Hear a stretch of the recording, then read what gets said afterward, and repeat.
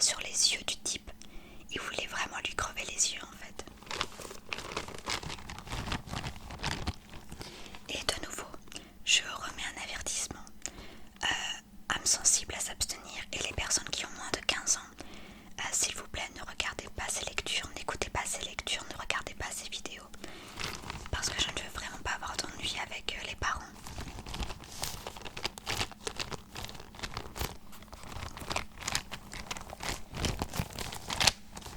Bon allez, c'est parti pour la lecture du chapitre 10.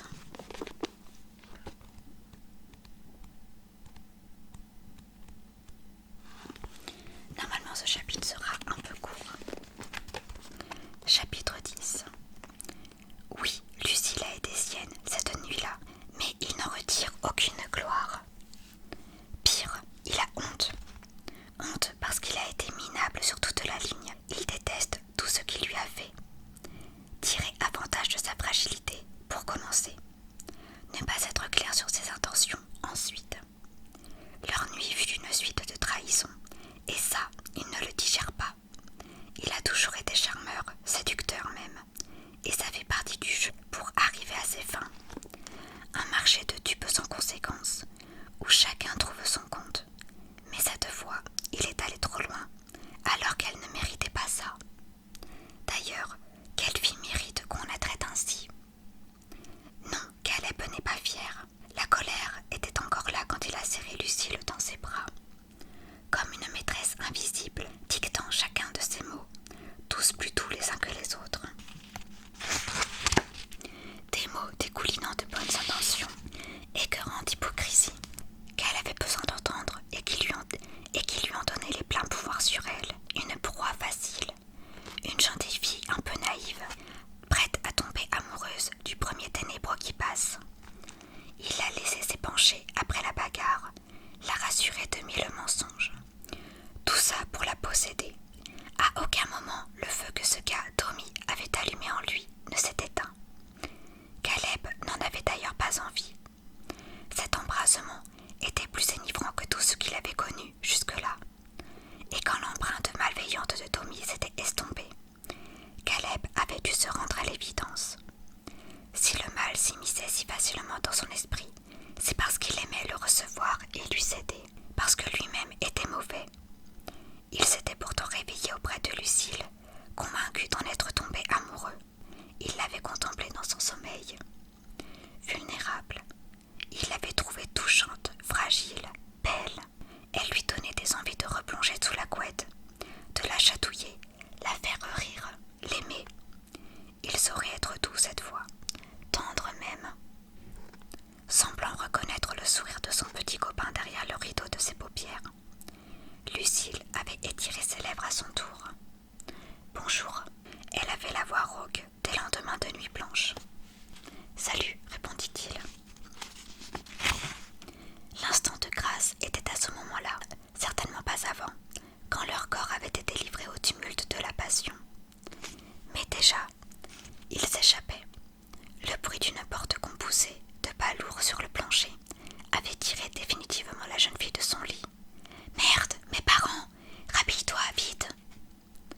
Trop tard. Le père de Lucille faisait irruption dans la chambre, surprenant les deux amoureux dans une vaine tentative de se couvrir. Il explosa. « Qu'est-ce que c'est que ce bordel? Pourquoi la porte est cassée? Et qu'est-ce qu'il fait là, celui-là? Je vous préviens, jeune homme, vous allez me donner le numéro de vos parents et payer pour les dégâts. » Alors déjà, vous me parlez autrement. Je ne suis pas votre larbin, rétorqua Caleb. Ensuite, je ne rembourserai rien du tout, étant donné que je ne suis pas responsable de ce bordel, comme vous dites. Ah non, et c'est qui? Ma fille peut-être? Lucille, c'est toi qui as fait ça? La jeune fille semblait pétrifiée, morte de honte d'avoir été surprise dans cette posture et incapable de tenir tête à son père. Elle se contentait de baisser les yeux en gardant le silence. Ainsi donc, elle le lâchait. « Je vois, répondit Caleb en se rhabillant. « Tu joues les salopes des grands mecs traînent dans le coin. Mais quand il s'agit d'assumer, il n'y a plus personne. C'est bon, je me tire, tu me dégoûtes. » Il avait pourtant bien senti la détresse de Lucille, la peur qu'elle avait de son père,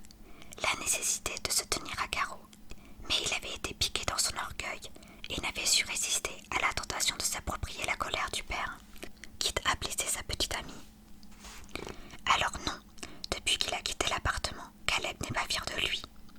Il erre dans les rues de Paris et ressasse son amertume. Il a bien tenté d'appeler Robin à l'aide, mais ce n'est qu'au répondeur qu'il a pu se confier, laissant en 3 fois un message trop long pour être enregistré en entier. Le poker, la bagarre avec Tommy, la rage qui l'animait à ce moment-là, et la peur de Lucille qui l'avait déstabilisé et empêché de commettre l'irréparable. Il avait tout raconté. Il avait expliqué leur nuit, ses remords et son départ précipité quand il avait humilié cette pauvre fille. Tout, il avait tout dit, à l'exception des hallucinations qui avaient recommencé. Car la fille aux épaules rondes et blanches et à la chevelure incandescente lui avait à nouveau rendu visite. Elle avait été présente pendant leurs ébats, mais s'était surtout manifestée dans un rêve dont la signification échappait à Caleb. Dans ce rêve, la rousse était une sorcière, une meurtrière. Condamnée au bûcher, elle ne brûlait pas, mais semblait au contraire se nourrir des flammes, gagner en puissance grâce au feu. Lorsque de la fournaise, il ne restait qu'un tas de braise fatiguée, elle éclatait d'un rire démoniaque et commençait à aspirer la vie des hommes présents autour du bûcher. Ils tombaient comme des mouches, et à chaque vie qu'elle volait, ses cheveux flamboyaient davantage. Une fois tous les hommes morts à ses pieds, elle était lentement descendue du bûcher, s'était dirigée vers Caleb et lui avait caressé le visage d'une paume fiévreuse. Ne m'oblige pas à te dévorer aussi, Caleb. Le contact brûlant de sa main avait suffi à le réveiller. Mais ça, il ne l'a pas raconté à Robin. Pas plus qu'il ne lui a avoué que la rage est encore là, tapie au fond de lui, qu'elle enfle de minute en minute, menaçant de l'étouffer, de le posséder entièrement s'il ne la jugule pas. Que son cœur bat trop vite, que son adrénaline est montée en flèche et qu'il ressent l'appel du sang. Cela fait à peine 5 minutes que Frank Astier est rentré chez lui quand on tambourine à sa porte. « J'arrive, j'arrive !» Sur le palier, Robin Moreau, la mine déconfite.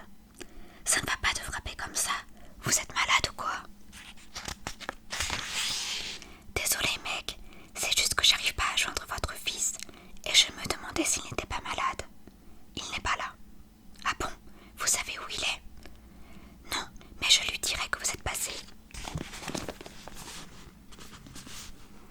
Il ne vous a pas dit où il allait, insiste-t-il. Je viens de vous dire que je ne savais pas où il était. Vous lui voulez quoi à la fin ? Rien de spécial, bafouille Moreau. C'est juste qu'il m'a laissé un message ce matin et que je pensais qu'il voulait qu'on se voie. Ok, mais mon fils ne me tient pas au courant de ses faits et gestes. Alors ce n'est pas que je veux être impoli, mais je rentre du boulot là, et j'aimerais bien aller prendre une douche tranquille. Ouais, bien sûr, man, je comprends. Je vous laisse. Mais si vous voyez Caleb... Oui, j'ai compris, au revoir. Franck ne le sent pas, ce voisin. Qu'est-ce qu'un quadragénaire peut bien faire avec un jeune de 20 ans ? Cet intérêt lui semble plus louche que jamais. L'espace d'un instant, il a peur pour Caleb, mais se rassérène vite. Son fils est tout à fait à même de se défendre si l'autre a le malheur d'avoir un geste déplacé. Robin Moreau s'en veut d'avoir fait irruption comme ça chez le père de Caleb. Mais vu le message que le jeune homme lui a laissé, il a de quoi être inquiet. Caleb semblait en pleine confusion, comme en bad trip. Toutes ces histoires d'empathie lui montent à la tête, et il va finir par faire une grosse connerie s'il se laisse consumer comme ça par la rage. Il finira par tuer quelqu'un, à moins qu'il ne retourne toute cette violence contre lui. Le message de ce matin transpirait en effet davantage la culpabilité que la haine. Pour la 10e fois depuis qu'il a écouté ce message, Robin compose le numéro de Caleb. Cette fois-ci, il ne bascule pas sur le répondeur. Caleb a rallumé son téléphone. Le jeune homme ne prend l'appel qu'à la 4e sonnerie, ce qui paraît interminable à Robin. « Putain, man, mais où t'es passé ? Je suis mort d'inquiétude. » « Dis-moi au moins comment tu vas. »« Ça va. Tu dis beaucoup de conneries dans ce message, tu en as conscience. » »« Si tu le dis. »« Mais oui, je le dis, tu n'es ni fou ni mauvais, c'est ce que tu crois. »« Mais non, c'est vrai. Regarde, tu as lâché une super partie de poker pour aller sauver ta petite amie. Tu as cassé la gueule de son agresseur et tu as su t'arrêter à temps.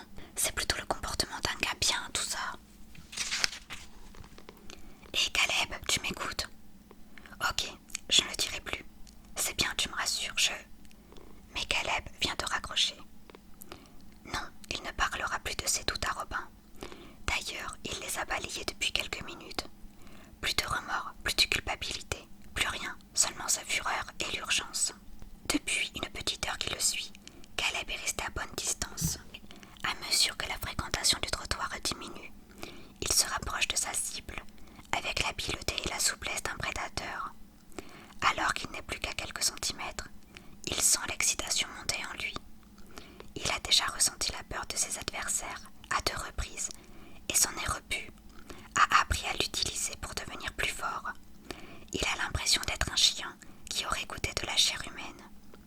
Il lui en faut plus. Alors il abat doucement sa main sur l'épaule de sa proie. Sourire en coin, regard d'acier. L'homme se retourne, surpris. « Salut Tommy, je crois qu'on n'a pas terminé notre petite conversation. » Et c'est la fin de ce chapitre.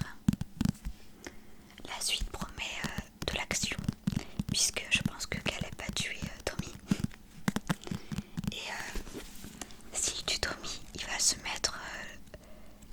s'il tue Tommy, il va avoir des ennemis sur